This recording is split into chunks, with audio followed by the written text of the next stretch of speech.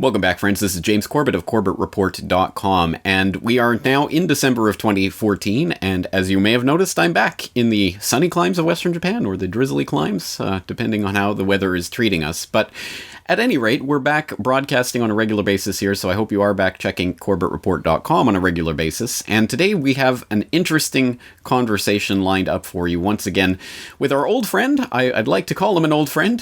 He's a recently discovered old friend, Lionel, the veteran radio broadcaster and media personality at LionelMedia.com. Lionel, you listeners might remember our previous conversation on Little Brother and the third rail of conspiracy theorizing, but if you haven't checked that out, of course, the link will be in the show notes so that you can do so. Lionel, thanks so much for coming back on the program. Oh, thank you. In fact, the response was absolutely overwhelming. It was a fantastic interview. So once again, I really do hope people did check that out. It was really fascinating for me, and that's the only criteria I have. So that should be good enough. I want to tell you something before we do this. Let me just provide you with a little bit of an encomium, a panegyric, a paean, applaud it if I can. This is the future. You do know this. Everybody knows this. I just am so thrilled to be a part of a revolution. That's all I want to say. This is the garage band of information. This is the Steve Jobs of dissemination. I couldn't agree more. In fact, that's the entire raison d'etre of this website and this podcast and this broadcast. So thank you so much for that. And let us proceed from there straight into our conversation today on a very interesting topic, one that at least is very interesting to me. And I'm going to take our lead from an article that appeared in the journal-neo.org publication, the New Eastern Outlook, by another friend of the Corbett Report, Maram Susli, better known as Syrian Girl, who wrote an article, What the Fake Sniper Boy Video Tells Us About Media Experts. And this article starts by talking about the many mainstream media websites helped a fake video go viral this month. The video showing a young Syrian boy running through sniper fire to save a little girl was exposed as a fake when the Norwegian producer Lars Klevberg made the fact public. One of the stated aims of the Norwegian filmmakers was to see how the media would respond to a fake video. And this article examines how that experiment went. And from there, Maram documents quite interestingly the various responses from the mainstream media, which were almost unanimously, in fact, pretty much unanimously, no mainstream media outlet came out and actually called this video for the fake that it was until it was actually admitted to be such. In fact, it was authenticated by numerous media experts and written about as if it were an actual fact. So again, if you haven't watched this video clip, I suggest you do so. It's a very dramatic clip of a boy saving a girl in the midst of sniper fire in Syria, and it's just an isolated clip, like many such clips that we've seen coming out of the Syria conflict over the past few years. Isolated clips from YouTube that can't be verified, but hey, you're seeing, so you should be believing. Now, Lionel, I'm sure as a veteran radio broadcaster and a frequent television news guest, you are shocked to find gambling going on in this establishment, or in this case, fake media being reported as real. Or maybe not so shocked. What is your take on this phenomenon of this fake video? Multifaceted, my take. First, let me go back and just explain something. I remember, James, as do we all, moments of history where we never even questioned the veracity of it. I'm a trial lawyer by profession. I'm a prosecutor in prior life. And whenever I would introduce a document, photograph, audio tape, videotape, we'd have to authenticate it. Very, very simple. Mr. Corbett, I'm showing you what's been marked as State's Exhibit number 1. Do you recognize that? Yes, that's me with Abraham Lincoln. Terrific. That's it. Thank you. Just some threshold. So authentication to me is something that is, I guess, in my DNA. And then sometimes authentication is presumed in law. Well, in news, authentication was presumed also. Think of moments, James, of iconic history that were reduced to a particular moment. A girl running down who was nude after she had been doused or been a part of a napalm bombing. The summary execution of that famous, which basically turned the tide of the war, the monk, the Vietnamese monk who self-immolated. Go down the list of these moments, these iconic, and it would have never occurred to us that this was bogus. Now, jump to 1963, Lee Harvey Oswald, we started to look at that famous picture with the interesting shadows. So the first question I have is, we are now in an era where we cannot believe literally what we see from anyone. And I can give you exhibits A through whatever. Now, that normally is called a conspiracy theory. And you and I talked about this before. But I'm saying, no. Once burned, twice shy. I have learned not to question this. The second subsidiary issue is the degree of authentication or vetting or analysis of the media themselves. Now, they probably, at first, let's face it, at first you would say, I did not know that this would have been faked or whatever. Okay, fine. Well, now you're on notice. The third level is the story itself. Take the gassing in Ghouta, where Assad supposedly gassed his people, and others were saying, no, that didn't happen. So we have pictures themselves that are under fire, the actual media themselves, which is the second issue, and the third is anecdotal evidence. So I ask you, James Corbett, why do you think that I suspect everything of at least being perhaps false when everything it seems that I'm looking at one point or another is susceptible of being false or is false? I ask you that, sir. Well, that's a good question, and you raise an interesting point, because there are different levels of duplicity and deception that are possible here, that occur at those different levels of the deception itself. They could be actual fabrications, as in the case of this sniper video, but they don't necessarily have to be. They can be authentic images of authentic events that, because they are simply a snapshot, do not show the context of those events and thus give a false portrayal of the events themselves. So this can happen on a lot of different levels. Sorry, what was the question again? I have no idea what the question was. I think the question was, can you blame me? Ah, yes. I believe it was a Pilger who said, don't believe anything until it's officially denied. I don't believe anything. Now, when we talk about the mainstream media, the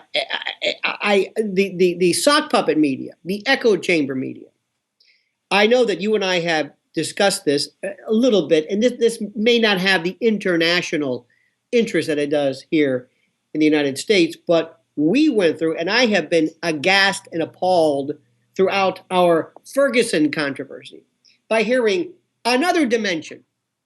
Not only pictures that were false, events that were false, bad reportage, but people saying things about the law that wasn't true.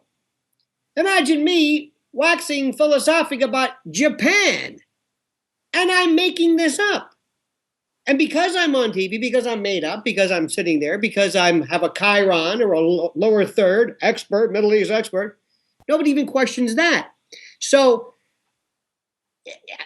I don't believe anything. I start off every story now with, so this is what you want me to believe. This is the official story. Got it. This is the official story along those lines. Now, the next issue is, and this is so funny because I know people, I'm not going to mention names, but people who are in mainstream media who ask the question, why would somebody fake this? And I don't even know where to start with that one. Why? Oh, I don't know. Maybe, let's take, for example, John Kerry. When John Kerry talked about Syria, we have to go into Syria with the paralytic face of his lurch incarnate. We must go into Syria now. Bashar al-Assad is a murderer and gassing, and we had to go in now. There was a sense of immediacy. There was no kidding around. This had to be done. Not really sure why, but okay. Then there was questions, other people questioning the gassing in Ghouta and the other questions of Aleppo and what have you. And then It just went away. Not only do we believe everything, we're amnesic. We don't even remember a week before that they were not only rattling the sabers, but we had to go in now. So let me go back to my dynamic, James. False stories, torpid media, fake and fictive and fictional ersatz, synthetic stories, amnesia on the part of us. Oh, and the attention span of a gnat. So we don't remember. So throw in this hodgepodge. I've got multi-dimensional errors, both in the reporting of a story, the understanding of a story, the recollection of a story, the truth. But don't worry, in 2 days, it's gone. And we move on to the next story. I guarantee you, nobody but you and I and Syria girl cared about this particular story. Certainly nobody in conventional mainstream media. That's not true.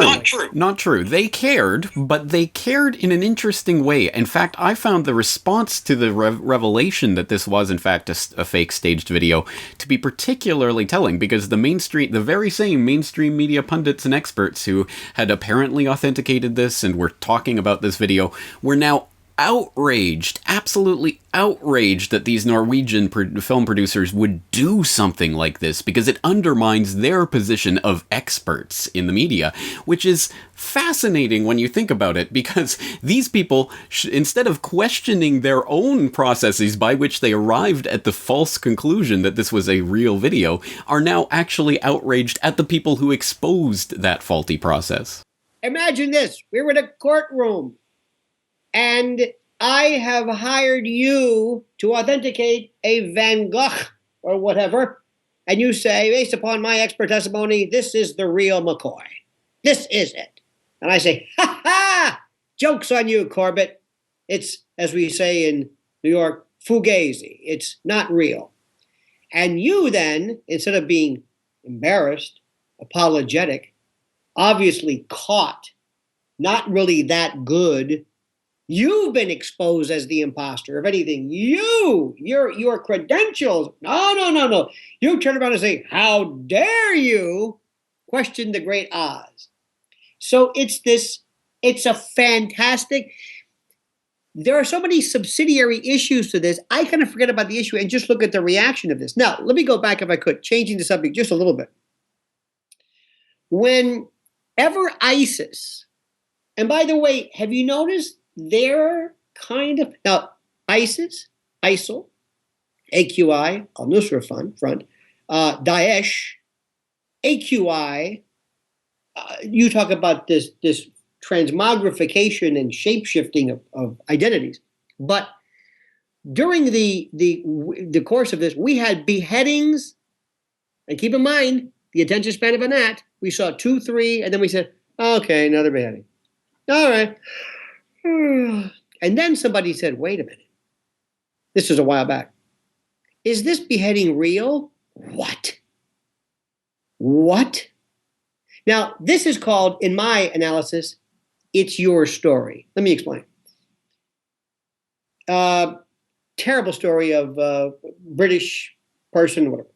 Obviously, family is upset. And you ask, is this real? And they turn to you and say, are you suggesting that this family doesn't feel the law? How dare you? What makes you think? My response always is, it's your story. You tell me. Prove it to me, and I'm with you. But even at that, so let me add another layer. If you and I were contriving and manufacturing stories, a sure way to ensure that very few people would pay attention to the particular story itself is to have the story be so horrible that it almost precludes scrutiny by virtue of the fact that it's so horrible. So it's one thing to say, well, this Syrian, it's okay. He saved somebody and got away with it. That's all right. But a beheading, you do not question beheading. You do not question bombing, terrorist attacks, anything that has passed that threshold of horrible. So add that to the next layer where inquiry and investigation stops altogether because the subject matter is so horrible that for you to even question that somehow means that this grieving family is what? In on the game? And I respond, James, with, this is your story. You tell me, and I will mourn with you. And I'm sorry to say that I've gotten to this point by virtue of the examples of fake, fictive, fictional stories that I have bought into, but I'm not so inclined to do anymore. This is very interesting, but let's see. Okay, this is the Corbett report, so we're going to go a couple of levels deeper.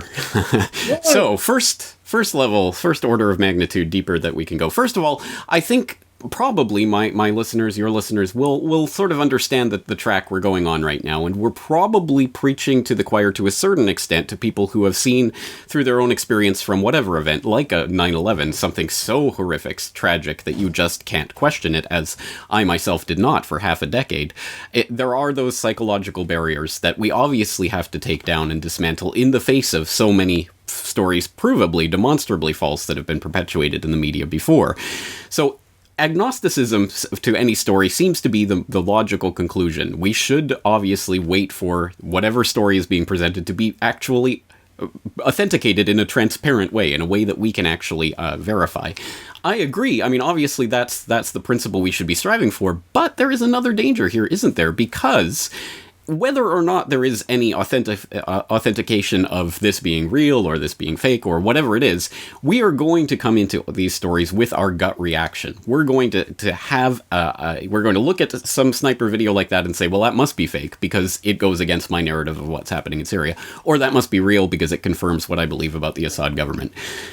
Now, if we already have that prejudgment, I mean, we can't really escape prejudging things just based on our own sort of pattern of understanding, then how do we effectively take a look at this from a dispassionate way in which the evidence can actually persuade us into something that we might not otherwise believe? I mean, doesn't this just lead us to basically confirm what we already believe in each and every situation and allow us to take on those videos that seem to confirm what we believe, so we believe them, and then the ones that don't confirm what we believe, well, that must be fake. Right. Interestingly enough, it's cementing the a priori determination whether we want it to or not. If I'm interpreting what you're saying correctly, it'll give you a aha, that's just as I thought, or bogus, just as I thought. Let me throw another one in there, another monkey wrench into the works, James Corbett. Take somebody who has the idea, for example, that this actually shows you the horrors that exist in Syria, the horrors of either the Assad regime or FSA, depending upon your point of view. And you say, aha, joke's on you, that's fake. It doesn't do anything. It doesn't have any effect whatsoever. They're saying, well, that may be. But that's just a little tile of the overall mosaic.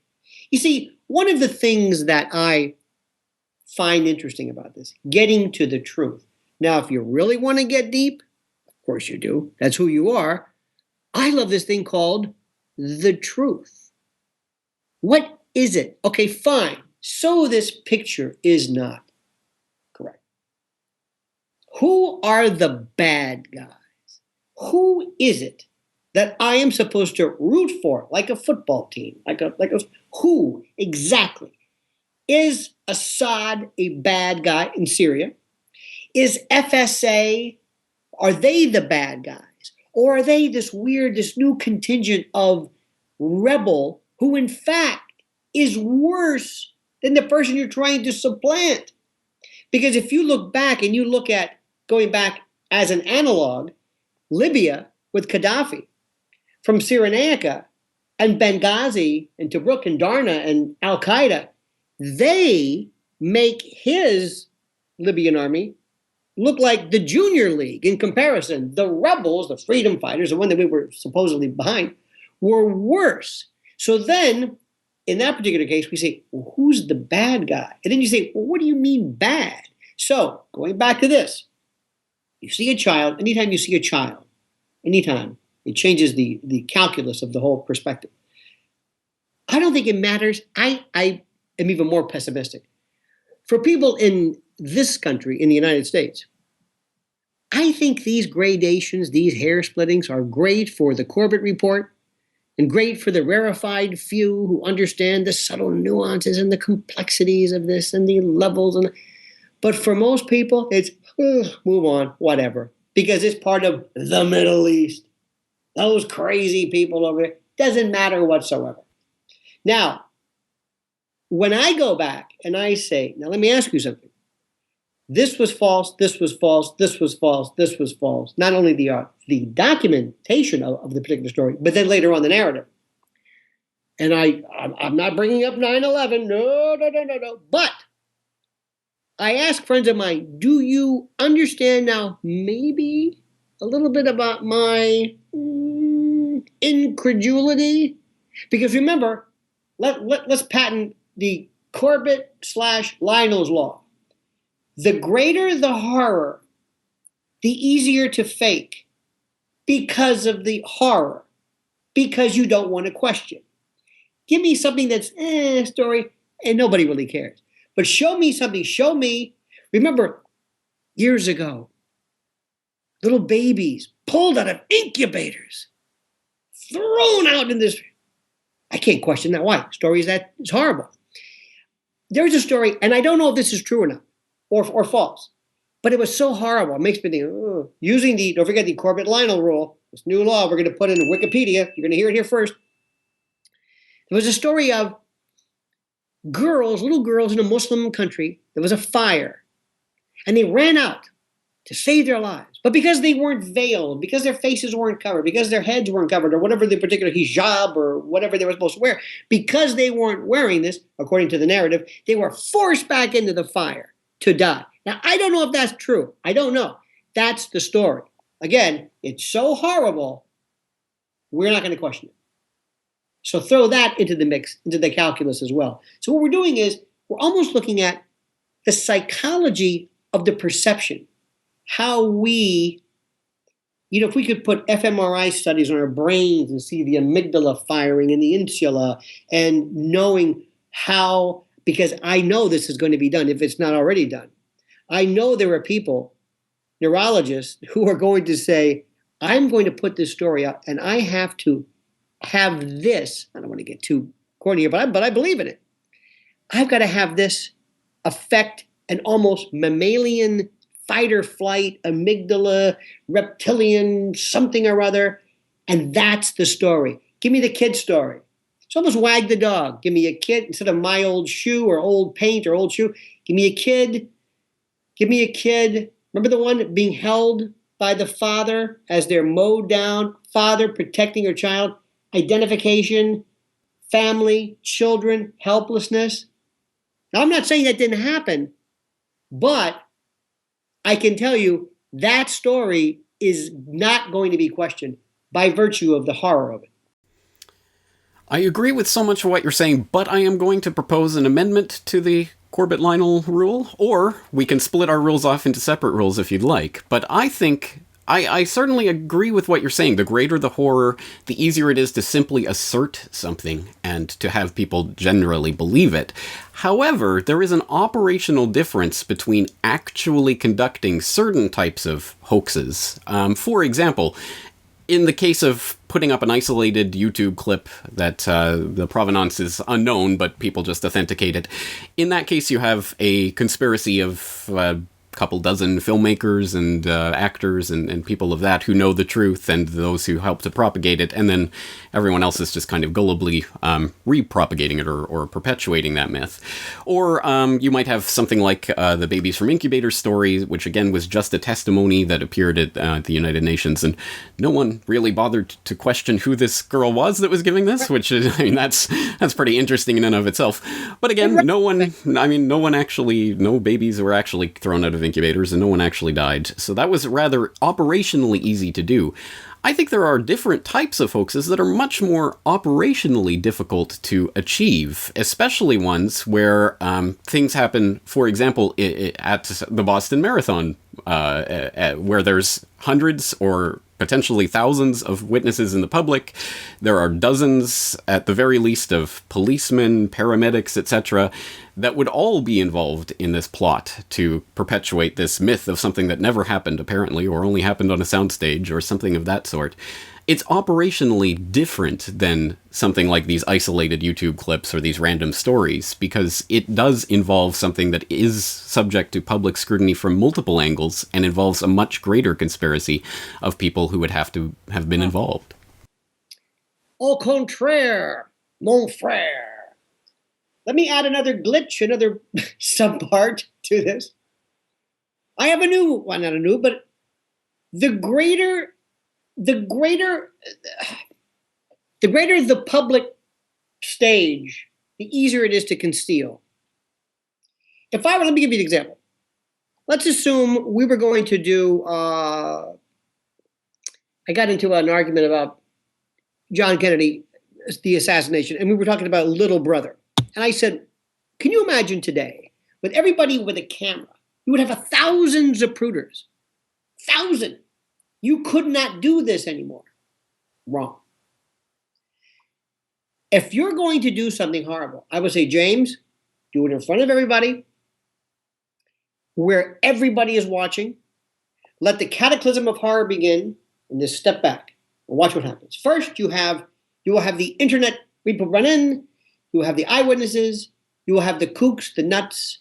You will have everybody experiencing it. And in this paroxysm, this miasma, this vortex of excitement and craziness, it would be easier to cover than, believe it or not, the isolated story of somebody who says they pulled some kids out of an incubator and whatever. I am still amazed at how we are still watching to this day the JFK assassination, or 9/11, or Sandy Hook. It was different. It wasn't really live, but still, by virtue of the horror, the number of people watching, it almost makes it even more hands-off. Okay, you're making a big mistake by daring to question something that involves children. You're daring to question something that involves something so horrible we can't. But you're now questioning something that was seen by everybody else, which brings me to my favorite myth of myths. Whenever you talk to somebody about the lack of likelihood of a conspiracy theory, or it's not a conspiracy theory, but a hidden theory being propagated, they will always tell you the same thing. Do you know how many people it would take to keep something like this quiet? Take your hypothetical and change it in front of everybody. You're asking people to participate in the hoax. You would see immediately something that was wrong because of the horror of it. You can't keep something like that quiet. The sheer number would negate any possibility of somebody covering something up. And I say no. The greater the forum, the greater the theater, the greater the audience, the more that's talking, it works against.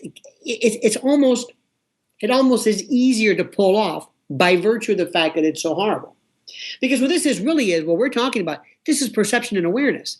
There should be a separate study in. I was a psychology major, and perception and awareness was, I think, my most favorite part of it, because what you see and what you feel and what you perceive isn't necessarily what's happening. There should be a media news version of perception and awareness, because that's what this is. How do you see it? How do you process it? How do you handle it? And then you take it and you have to weigh the perception based upon your worldview, political background, orientation. Am I an American? Am I a conservative? Am I a liberal? Even more complicated. It is very complicated, isn't it? And I'm going to throw out another complication. Yes, we have turned this conversation 17 times. I think a lot of the alternative media is developing around the idea of rallying people of like minds together around the flag, that we are smarter than the average person. We are the few that understand what's going on. Everyone else is sheeple, and this type of rhetoric that gets thrown around, which is great and populist, and it rallies a lot of people around and binds them strongly around certain ideas. But I think that there is certainly room for self-criticism in the alternative media as well. And here's an example of this. So for example, we started today's conversation with this rather humorous, I suppose, in one sense, egg in the face of or pie in the face, or something in the face of the mainstream media just gullibly accepting this story of this fake video. But that only works if the alternative media is equally critical of things that it holds and perpetuates as well. And I'll give you an example of this. Of course, when we talk about these types of hoaxes and things, one of the common memes in this day and age is the crisis actors, people who are apparently or supposedly being hired to portray victims of crimes and things like that. This meme you can find its origins in something that actually happened on 9/11/2001, which was an interview that took place shortly after the collapse of the Twin Towers of a man that was not identified in the YouTube clip that eventually came to memorialize this interview. So he was dubbed Harley Davidson Man because he was wearing a Harley Davidson cap and t-shirt, I believe. And he spoke very eloquently and almost in a coached or rehearsed way about the collapse of the towers. First, one came down due to structural collapse because the fires were just too intense, and then the other. And he spoke in a very strange way. And so for many years, there was much speculation about this man, who he was, why he was delivering this scripted version of what happened that day. And this led to the idea that this was in fact an actor, and there were people who claimed to have identified this actor who was supposedly living in Vancouver, and they identified him by name and were trying to hunt him down, and all of this silliness that took place from that isolated clip of part of the interview. However, it emerged in recent years, and I must admit, I myself have played that clip on this podcast before as a sign of something that was very strange that day. Someone in recent years actually hunted down the full interview, which is fully available. For people who don't know about the September 11th television archive, please go and look into that incredible resource that has several hours of Fox News and ABC and CBS or whoever else was covering it live that day. And someone actually found that interview in its entirety, in which the Harley Davidson man, the unidentified man, was identified fully as a Fox correspondent, Mark Walsh. Mark Walsh, perhaps better known as Psycho Mark of the Opie and Anthony show. And I know you're friends with Anthony Cumia, so you could even talk to him about Psycho Mark, who was interviewed on that day. And in fact, Opie and Anthony then interviewed Psycho Mark the next day on their radio program to talk about that interview, which has now become part of internet lore. So in the intervening years, this man has been completely identified. That interview has been explained by the fact this was in fact a television radio broadcast veteran who was obviously speaking in that manner. So will the alternative media admit that they went down a completely false road with that and overshot the mark? And if not, then that is a sign of the failings of the alternative media in an almost identical mirror image to the failings of the mainstream media. Precisely, because nobody wants to admit I've been had. To use that Howard Stern version, Baba Booey. I remember one time there was during the first World Trade Center 1993, there was a very prestigious, I don't want to mention his name, I think he's deceased, but a very esteemed newsman who said, "And now let's go live right now to somebody on the scene. Sir, what have you seen?" He said, "Baba Booey." He said, "All right, we're talking to Mr. Bob Booey." And it was even funnier because he would not, it was like, if this is a double cross, it's brilliant. You're going to get that. The same human shortcomings, the same insecurities, embarrassment. Let me throw another one at you, James Corbett. I'm not going to mention names because I want to encourage people to just do this. I don't care. Get it wrong. Admit it, but do it. Do it. Just keep reporting and talking and saying, and don't worry. It's the price you pay for unfettered, freedom or whatever it is. I hear this a lot. This guy doesn't know anything about I was listening to this the other day about, let's say, 9/11. Because this guy never calls out Israel. And this one says, but this guy is anti-Semitic. And this guy doesn't know anything, but this guy doesn't understand the banking connection. But this guy doesn't understand. So adding to our, I forget what stage right now, within the alternative media, you'll have the, do you ever get a pizza delivered and it says, you've tried the rest, now try the best? Kind of puffery. Because they listen to my podcast because I'm the only one to expose. And I've met these. Everything begins and ends with Israel. That's it. And I'm going to say, okay, got it. Other people, it's the Illuminati. I'm not even sure what the Illuminati, that's fine. It's HARP. It's HARP. It's the weather. It's, okay, fine. So within, I don't want to say our group, but within people who come forward, you have not only people who get it wrong, but who dare say that I'm the only guy who gets it right. You've got a bias. Oh, Mr. Japan, huh? Well, of course, I know what you're doing. I was watching somebody on RT, Russia say, Russia Today, huh? Russia. What does that mean? I don't know. I'm just saying that. Arguing 50s Cold War. So you know what? You get it.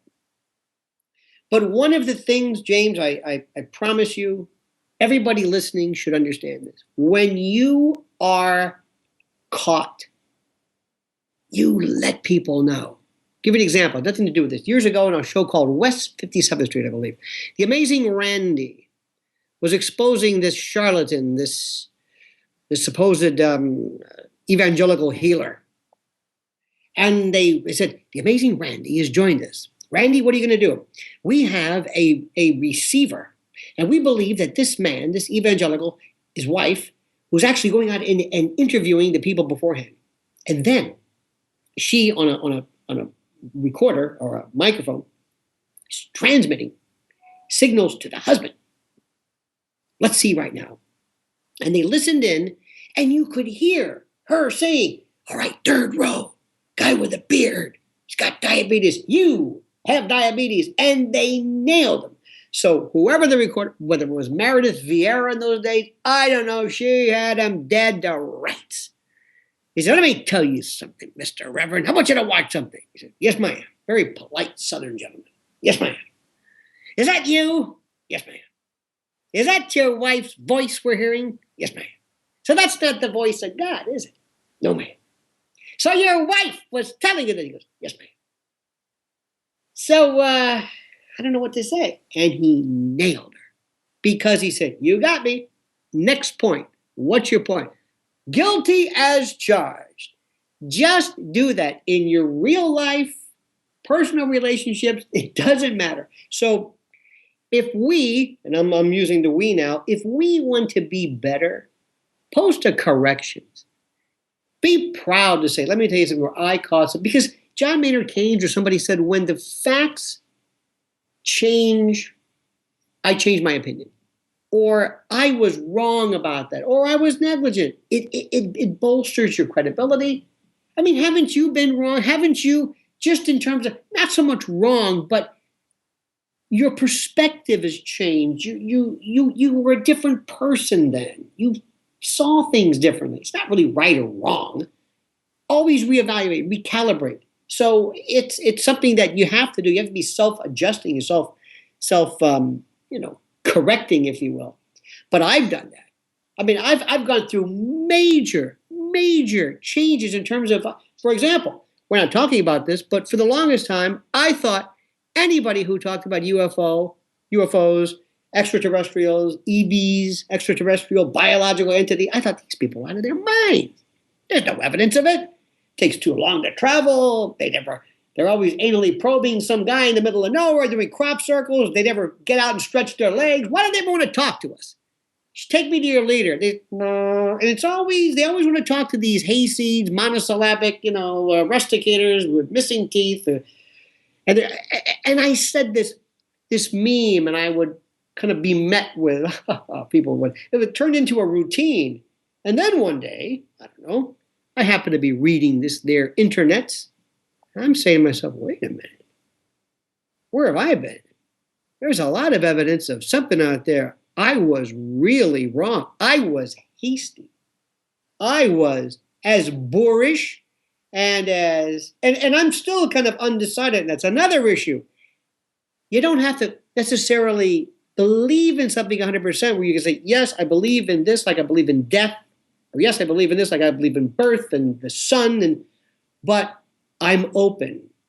And I was wrong in closing my mind to that. So you just, as a person, you're better off doing it. And that's religion. Listen, if God ever speaks to me, I'm going to be the first. I'll call you right away. Hasn't happened yet.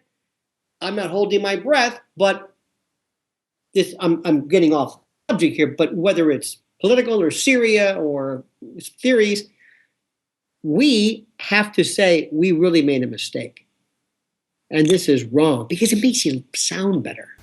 Well, yes. I mean, not just because it makes you sound better, but if we are genuinely interested in the truth, then we should be willing to self-correct. And I think, there's a couple of things to say there. One is an important point that I think you're touching on there, which is the idea that if we ever invest our identity with the connection with certain ideas, then it makes it almost impossible for us to come back from that precipice if we are proven to be wrong. So I think we have to be very wary about putting our entire identity into a certain, truth that we cannot possibly shake, because that's obviously going to be a point of weakness going forward. On that note, I would direct people to some of my previous podcasts, like my Patriot Mythology and More Patriot Mythology podcast, where I specifically retracted various things that I had promoted in the past because they turned out to be wrong. And I hope there will be... Your biggest erratum, or to use that word, which one of my favorites, in 7th grade, there was a picture in our history book, St. Lawrence Catholic School, picture of Harry Truman holding up the Dewey Winds, and it said, quote, headline or news boner. Now, whoever wrote this, was not familiar with. So, dare I ask, what was your biggest boner in the scheme of, using in terms of erratum? I mean, where did you really... Boy, did I call that one wrong. What was I thinking? I never thought I'd be asked about my biggest boner on air. One that sticks out for me, because it was really, when I actually looked into it, the discrepancy was so huge, was this video, the confession video of Osama bin Laden that was discovered in Afghanistan in late 2001 that was used, propagated by the U.S. Department of Defense as definitive proof Osama bin Laden confesses. It had been floated in the alternative media, and I had unquestioningly parroted the idea that this was not Osama bin Laden at all, because the various still footage from that video that had been propagated online showed a ridiculous, squashed, fat-looking man that didn't look anything really like Osama bin Laden that was claimed to be Osama bin Laden. So that was sort of the standard line that was propagated in the alternative media at the time. It wasn't bin Laden at all. It was just a poor actor. Actually going and finding the video and actually watching it, combined with some articles by some people who had broken it down, showed that, in fact, yes, it was absolutely Osama bin Laden, and it was a format conversion from NTSC to PAL, or PAL to NTSC, or something like that, which actually flattened the image, elongated it so that at certain points it does look very strange and deformed. Is this the famous one where he was in like a cinder block room and he was very dark and he was left-handed versus right-handed? Yes. So it was referred to commonly as the Fat Bin Laden video, because this wasn't Bin Laden, it was Fat Bin Laden. I had propagated that in the past. When I actually looked into it, I saw this was clearly Bin Laden, and there was a very complicated but interesting explanation about the various format conversions and the details of where this was found and what was at the beginning of the tape. I won't go into it all now. It's in my Patriot Mythology or More Patriot Mythology, one of those podcasts, and includes an interview with the person who wrote the article that absolutely convinced me that was in fact Bin Laden. However, I am still convinced that the translation provided by the Defense Department, by the Pentagon, was completely wrong at the key moments of the confession, as proven by a German television news program some years later. So there's still more to the story. But I was so wrong about that, and I'm glad to have discovered the truth about that, so that I'm not continuing to propagate something that is, in fact, factually incorrect. What did this do ultimately to the narrative, aside from whether it's him or not? Did this change the facts of the case? Did you say, wow, he really was responsible, or wasn't responsible? Or is it, as we say in law, just collateral? It was just a collateral bit of evidence, and it didn't really change anything. But well, I wouldn't say it's completely collateral. It didn't change my fundamental conception that Osama bin Laden never really confessed, because again, I think it's more in the translation. But it did at least deepen my understanding of the video and the circumstances of how and when it was collected, which painted, I think, a more detailed picture for me of what was happening in Afghanistan at that time, and how the video was likely part of a sting operation that was collected, trying to get some sort of, usable footage for exactly the purposes that it was eventually used. How they had to claim to have discovered it randomly in Kabul, doing house-to-house searches. They discovered the videotape with Osama bin Laden because they couldn't admit where the video actually came from.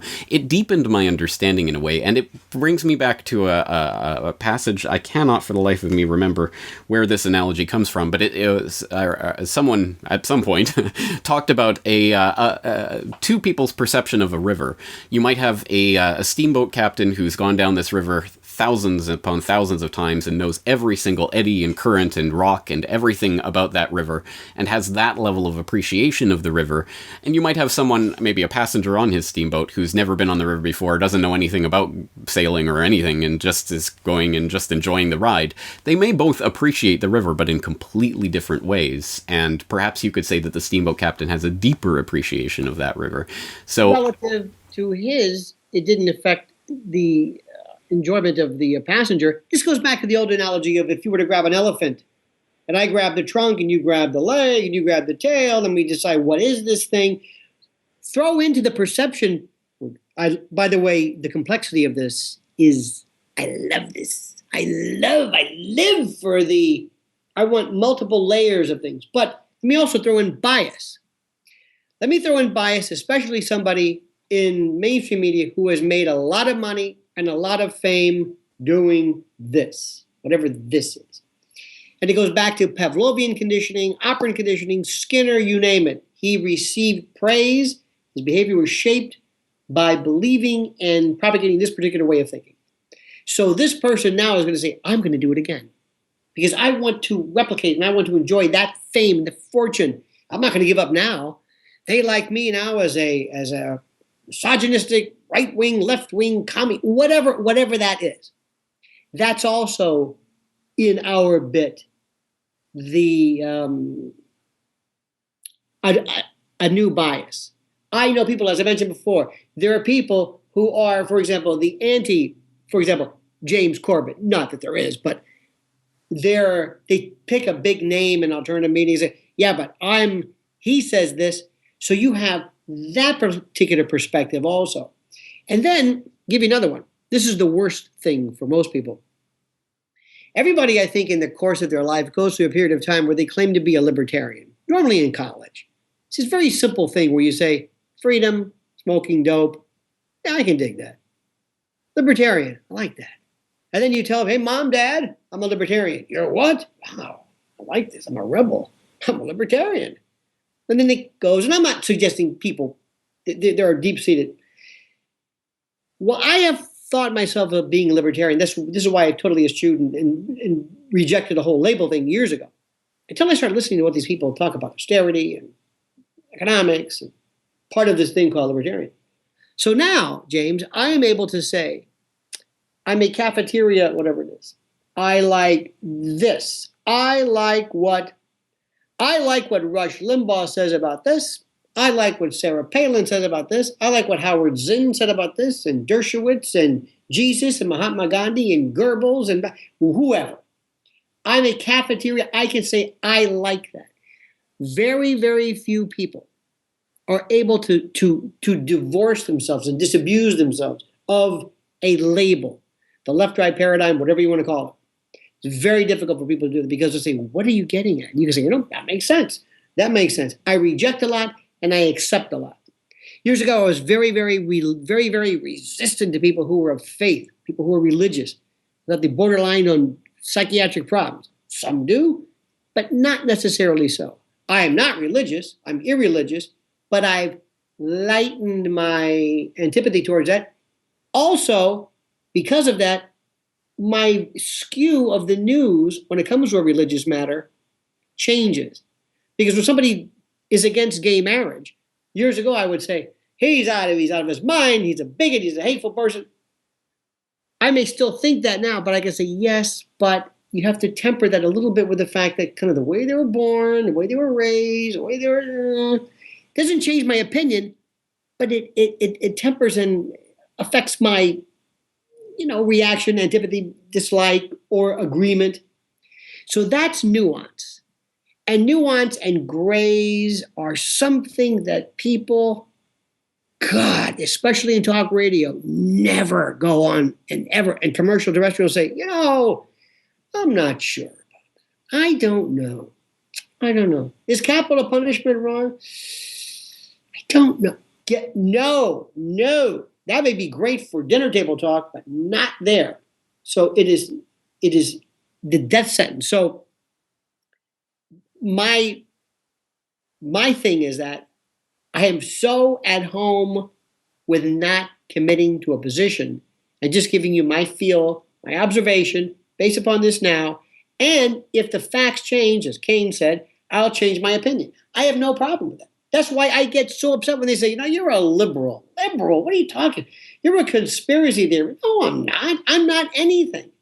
I may take from moments. I'm an omnivore, an intellectual omnivore, so to speak, but I'm not of any particular orientation so connected with it that you can give me a name.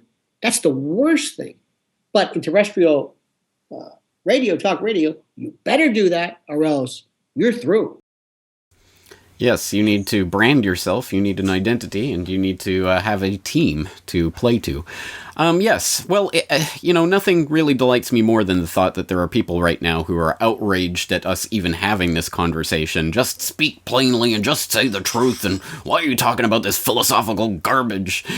Nothing delights me more than the fact that there are people outraged that we're even discussing this right now, because honestly, I think if the Corbett Report contributes anything to this world, I hope it is at least leaving a little bit more space for reflection, criticality, and philosophical thinking with regards to this media production that is happening right now, this alternative media production that's happening, which needs to happen. And I agree. I think more voices to the mix is a good thing, not a bad thing. It just, of course, brings with it its own biases and dangers that we have to be aware of. So I think, again, the ideal is to take ourselves out of that matrix as much as possible and achieve that nirvana of I'm completely unbiased. I don't think we'll ever get there, but we can strive for that as an ideal and think about the various ways that we can fall into pitfalls and traps along the way. Having said all that, we've had a very lengthy and interesting conversation so far, so I think we'll wrap it up there at this point. But is there anything you'd like to direct the listeners to, or with regards to your own media, or any appearances that you'd like to tell people about? The simple thing is you can go to lionelmedia.com. I do podcasts and I do regular postings and the like. My YouTube channel at either Lionel Y2K or Lionel Nation. I thought that's pretentious. I like the Lionel Nation. So look for that.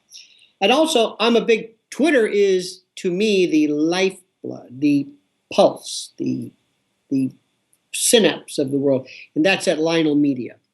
And let me just tell you, I am an absolute huge fan.